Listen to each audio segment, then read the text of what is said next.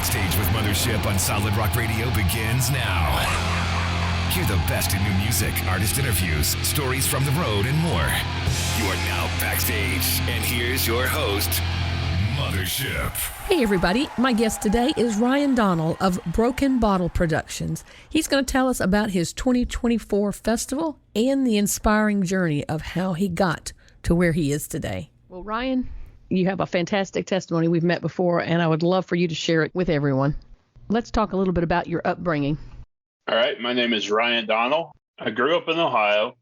I grew up Christian mom and dad. You know, every time the church doors were open, we were there, had a good job, was, doing what everybody does, but still had an issue with drinking. Mm-hmm.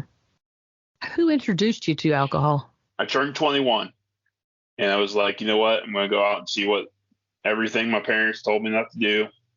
My mom would always tell me, like, we raised you better.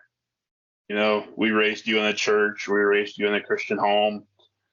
Why are you living your life like this? I did it. So we went out for a birthday. I think it was my 21st birthday. We went out to eat. And, I hadn't drank prior to this, so I don't know what I'm doing. So I walked into a local store, got me a 4-pack of, I remember it like it was yesterday, strawberry daiquiris. I know it's not the drink of choice, but I was like, I'm going to try these. And then, if I remember correctly, I think I drank those on my way home and threw them out the window. Like, I drank them and then threw the bottle out the window. You didn't want anybody to know? No. And I was like, well, what if I get pulled over on my 21st birthday? Yeah, that'd be bad, right? But right? I didn't. So. Wow. That's crazy. I just couldn't help it. It was like, just kept going back to the same old, like every weekend I was in Columbus and Buckeye games, and I even remember how to get home from the Buckeye games and people having to come pick me up, and it got out of control. Definitely. So now we're caught up on the backstory, and then something happened to you that changed your life completely. Tell us that story.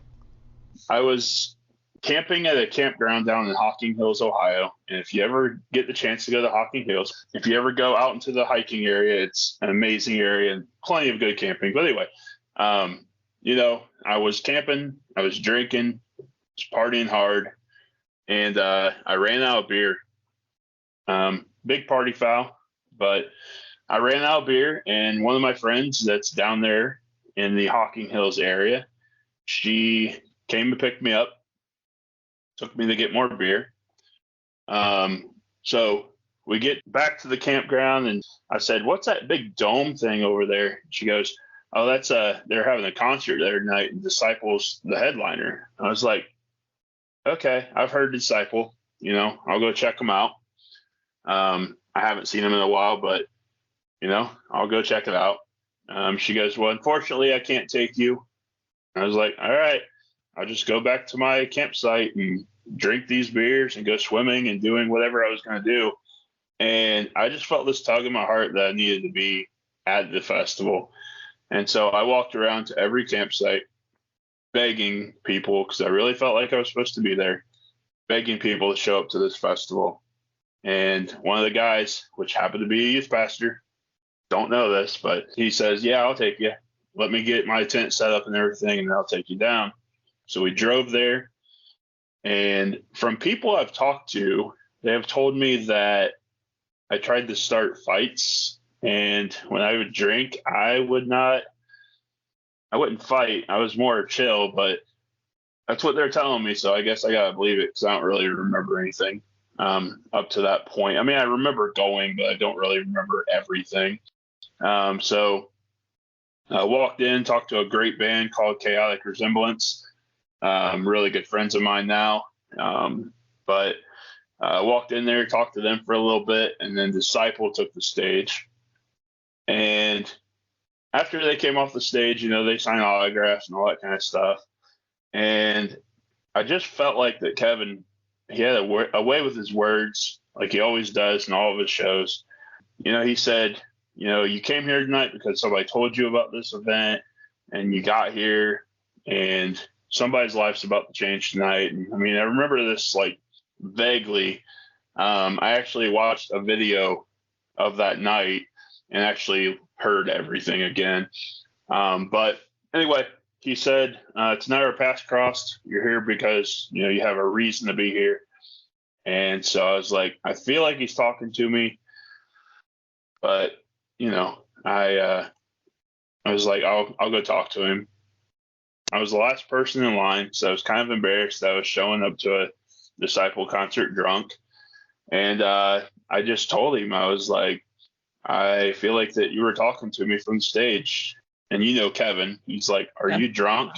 And I'm like, yeah, I've made some poor choices in my life, and alcoholism was one of those things. And yeah, I just feel like you were talking to me. And he goes, well, hey, I've been through my own struggles and stuff like that, but you really need to talk to a guy named Sean. And Sean was actually one of the promoters of the show. Actually, it was a ministry called Out of the Boat Ministries.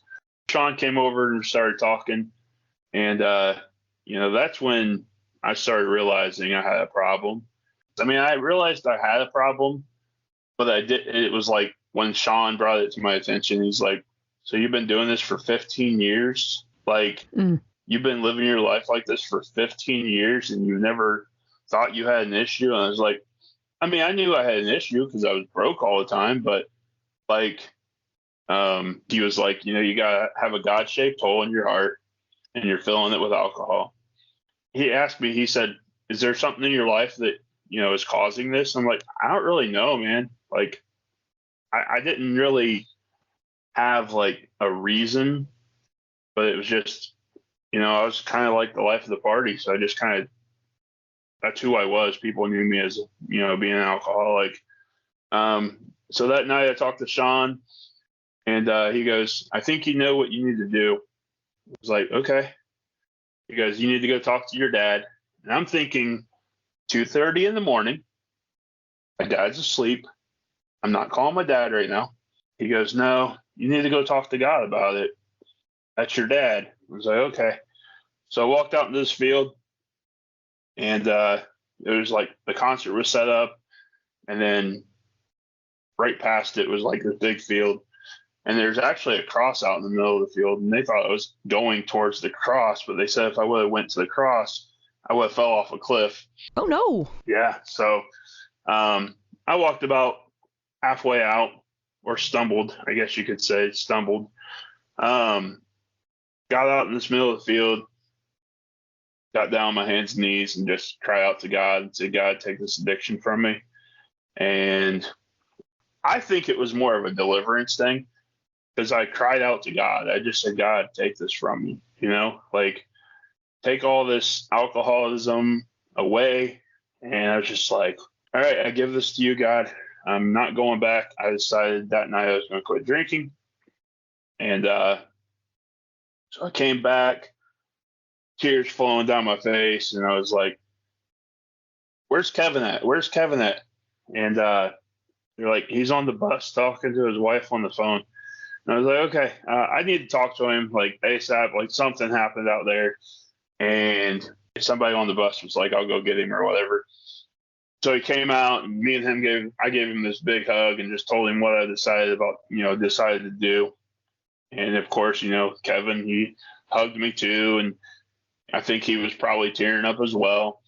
And then that night, well, it was morning. One of the guys took me back to my campsite, and he documented me dumping my beers out, saying I was never going to go back to it. And I still have that video. And just crazy, like a Disciple concert, and just something that was said at the concert that made me change my life. And I mean, I had to go through some challenges. I mean, obviously, when you quit doing something, there's challenges. 2 months into my sobriety, I lost my mom to COVID. You know, that was one of the hardest times of my life, and that's coming up on 3 years. So October 21st, 22nd will be 3 years since she passed away. I'm sorry. Yeah, it was crazy. I mean, but I'm glad I had a support system, and I had people beside me that were like, you don't need to go do anything crazy. We got your back, because that's the first thing you think of is like, there's a bar across the street from the hospital that easily walked out and went back to an old habit. And, I'm living testimony that you can do it, So yeah, that's my story. I really appreciate you sharing. There may be some people listening to this and thinking, hey, that kind of sounds like me, and maybe they need a change in their life too, Yeah.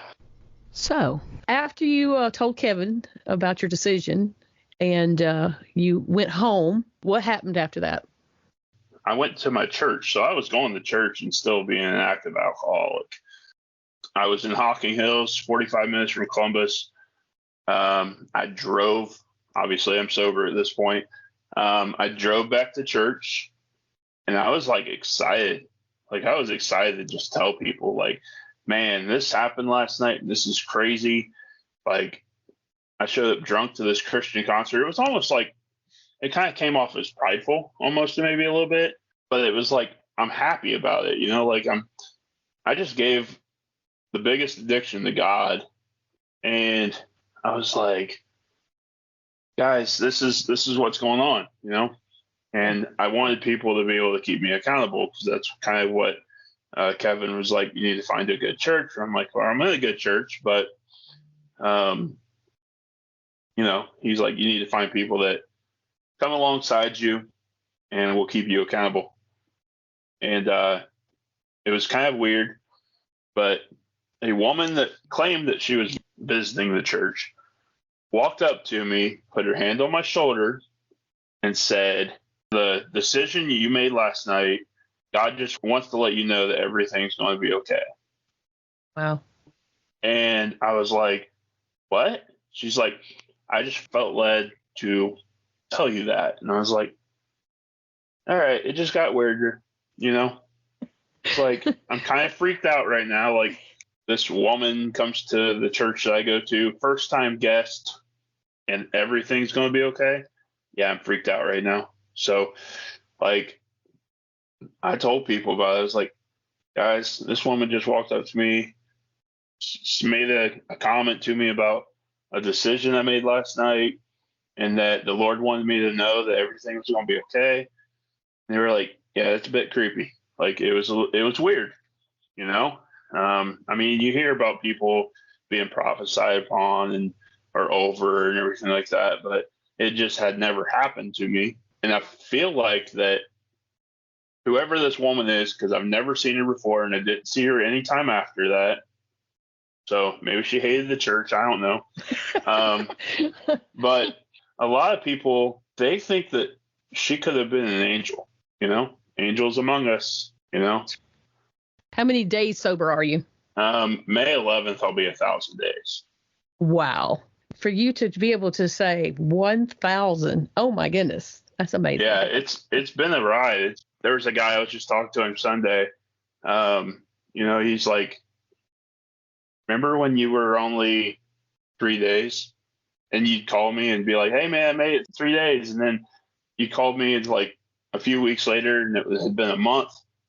And then, you called me whenever and it's been 6 months and then you hit your year and you were like, bro, I hit a year, like, yeah, that's so exciting. And then, it's like, I was just telling somebody the other day, I said, I wake up every morning and I think it just happened. The time's gone by so quick that it's like, this just happened a couple weeks ago because it's just so real. Then again, I talk about it all the time.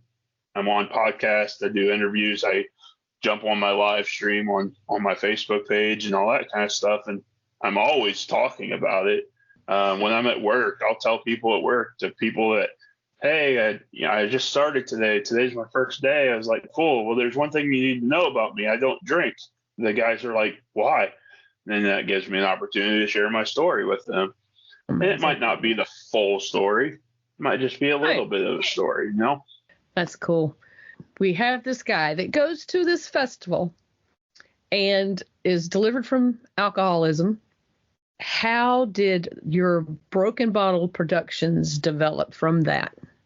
So I got sober in August 15th, 2021 is my sobriety date.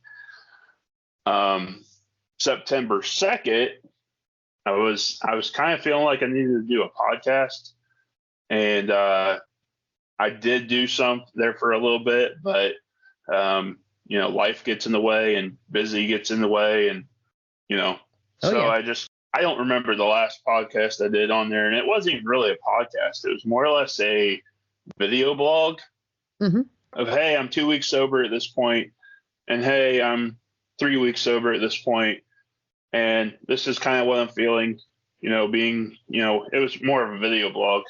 Yeah. Something to look back on, 1,000 days.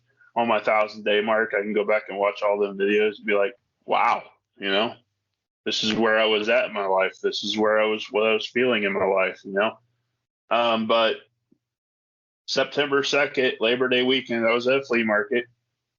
Love flea markets. Me too. Yeah, they're so much fun. You never know what you're going to find. But there was drinking going on at this flea market. It was a redneck gathering. We'll just say that. Out here in Hicktown. It's just, I live in the middle of nowhere. I live amongst cornfields. So this guy threw a beer bottle. He must have been drinking it, threw it, missed the trash can, hit off the trash can, slammed on the ground. That's how a Broken Bottle came about, because I was like, cha-ching, I heard the glass break. So I was like, I'm sober now, so Broken Bottle, that kind of is catchy, So I prayed about it, and I was like, is Broken Bottle it? Was that your sign? Was that and it started out Break the Bottle Ministry. And I was like, I need something more catchy. If I want to start a concert and do concerts and stuff, I need something more catchy. So Break the Bottle, Broken Bottle, just made it smaller, And so it was September, and then October, I was like, man, it was a disciple concert that changed my life. So why can't I do this? Why can't I put on concerts? Why can't I put on events?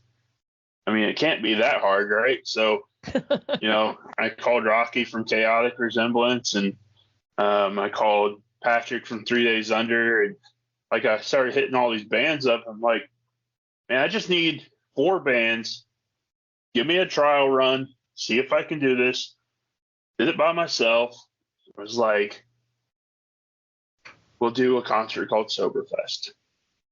So being sober, it fell on my first year sober. So it was almost like that was my push. That was my drive to stay sober for a year, because you can't really have a Soberfest if you're not sober. Just saying. So booked 4 bands: Safe Kept from Marion, Monarchs to Oblivion from Columbus, 3 Days Under, Patrick, and them guys from Kentucky, and then Chaotic Resemblance from Oklahoma. And they all came. We had a great night. And I was like, I walked out of there, and Patrick, I remember Patrick said, you actually pulled it off, you did this, man. And I was like, yeah, my first one. I wonder if I can have one next year. And he's like, you did a great job this year. I think you should try again next year. Do better. So I went from 4 bands the first year.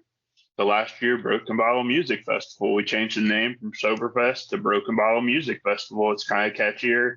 It doesn't say sobriety on it. I feel like the first concert, there was only 50 or 60 people showed up. So let's change the name to Broken Bottle Music Festival, and 180 people showed up. So it's I believe it was up there. It was about 150. It was pretty packed. Yeah, you were there. Yes, we were, and it was fantastic. And the second year, it obviously got bigger. We had 7 bands, and had 2 of my favorite bands in the world. Well, 3, 4, actually all of them. Okay. I can't say just one, and then because they all hear this and they're gonna be like, "Hey, Which ones were you talking about? which ones were you talking about?" But Yeah. All right. Here, you can use this. People always ask me who my favorite bands are. The band that I'm watching right now, that's my favorite band. There you go. There you go. They really are. I mean, they are my favorite when I see them on the stage because it's just, I love to watch a live show. Yeah, like I mean, I had Chaotic Resemblance. I had The Protest was the headliner. Safe Kept, Monarchs to Oblivion, 3 Days Under, Justice 316, a local band from Lancaster, Ohio. They were supposed to be there, but their lead singer ripped his vocal cords. But they had a table. So yeah, they did bring a table, and that was pretty cool. But Broken Bottle Music Festival 24 is going to be bigger and better than last year. So 2024. Before we get started on that, that's a great flyer, by the way, and the logo looks really good. So, on the flyer it has the broken glass going through it. Mm-hmm. I designed that, by the way. You did. I love that. I thought maybe Quiet Strength Design did that for you. That is amazing. I got on Canva and started playing around and was like, dude, you're artistic. Yeah. So that's just basically a shattered glass, and it wouldn't go behind my logo. Mm-hmm. So I was like, I'm just going to throw it in the logo. And you can't tell that it's on top of it. I mean, you can, but it does look like it's kind of behind it. It's kind of an optical illusion. And then glass is that way anyway, right? Yeah. So, but I took the idea. So I was talking to Josh about it. I was like, it was actually the Spoken show that they did with Safe Kept, Spoken. It was when Spoken did that big tour with, I think they're actually still on it, aren't they? Yeah, they were doing some shows with Disciple. Disciple was like hitting different areas of the country and using different direct support for each one of them. So I think they were still on that right now. Yeah. Yeah. But I showed it to Josh, and Josh goes, "Who did this?" And I was like, "Me." He goes, "Bro, like, we need to hire you." Okay, so this festival thing didn't work out. You got a job. Yeah. No, I think he was probably kidding, but he said, "That looks really good." And like, that's pretty cool. That is really cool. Do you want to go ahead and announce Friday's lineup? So Friday's lineup will be Stars Will Fall, B. Wade, throwing some rap into it this year. We're doing B. Wade, Under the Blood from Marion, Ohio, Tricord, Crimson Overtone, I Am the Pendragon, and to finish the night off will be Grave Robber. Wow, that's going to be amazing. Saturday's lineup. So Saturday we're going to open the night up with Big Rev. Once again, rap artist. Becoming Sons from Texas. A Divine Martyr from the Indiana area. Monarchs to Oblivion. Aaron Michaels. 3 Days Under. Brutality. And to finish the night off, it'll be Spoken. Great lineup. This is a good year for you to get Spoken because people get a chance to hear some of the new music. It's going to be amazing. Right. We're going to have all the information on the landing page on Solid Rock Radio, but give us the date and location of the festival, and that way people can go ahead and put it on their calendar. All right. It's September 27th, 28th, 2024. It's going to be at the Lima Kennel Club, which is a Lima dog show grounds. Has a giant undercover shelter house, so don't have to worry about getting wet if it rains. But that is at 1050 North Thayer Road in Lima, Ohio. Okay, and tickets are all ready for sale? Tickets are available now. Eventbrite.com, keyword Broken Bottle Music Festival 24. And you can get 1 day ticket or the whole weekend for $25. That's a deal. Yeah, I mean, for that lineup, you get 15 bands for $25. There will be food trucks on site if you're hungry. There will be food trucks, not the same ones as last year, because obviously those were from the south. They're going to be up here closer to my house so I can sleep in my own bed. But We will have food trucks. Talking to a barbecue place right now called Bearded Barbecue. Ooh, that sounds good.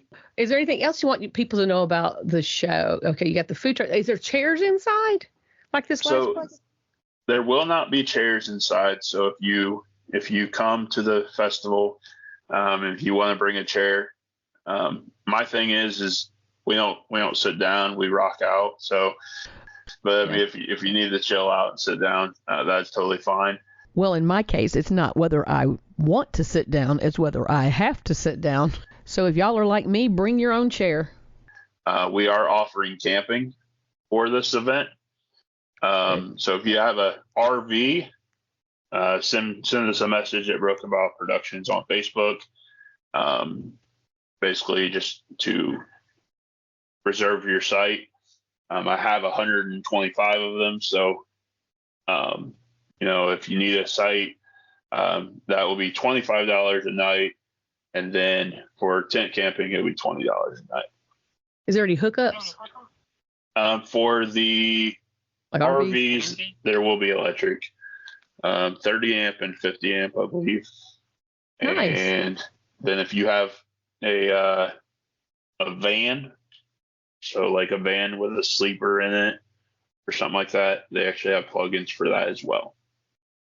Okay. And then there's showers on site and bathrooms on site. And yeah, that's pretty much and it. people can bring their own coolers if they want. Yes, but make sure they have no alcohol in it. What about pets? I'm gonna say probably no to the pets. They didn't tell me, but Yeah, I no don't want to have pets. to be chasing dogs around. So Yeah, well, cleaning up poop too. So yeah. I would love to hear a story maybe that you could share from one of the festivals that really inspired you.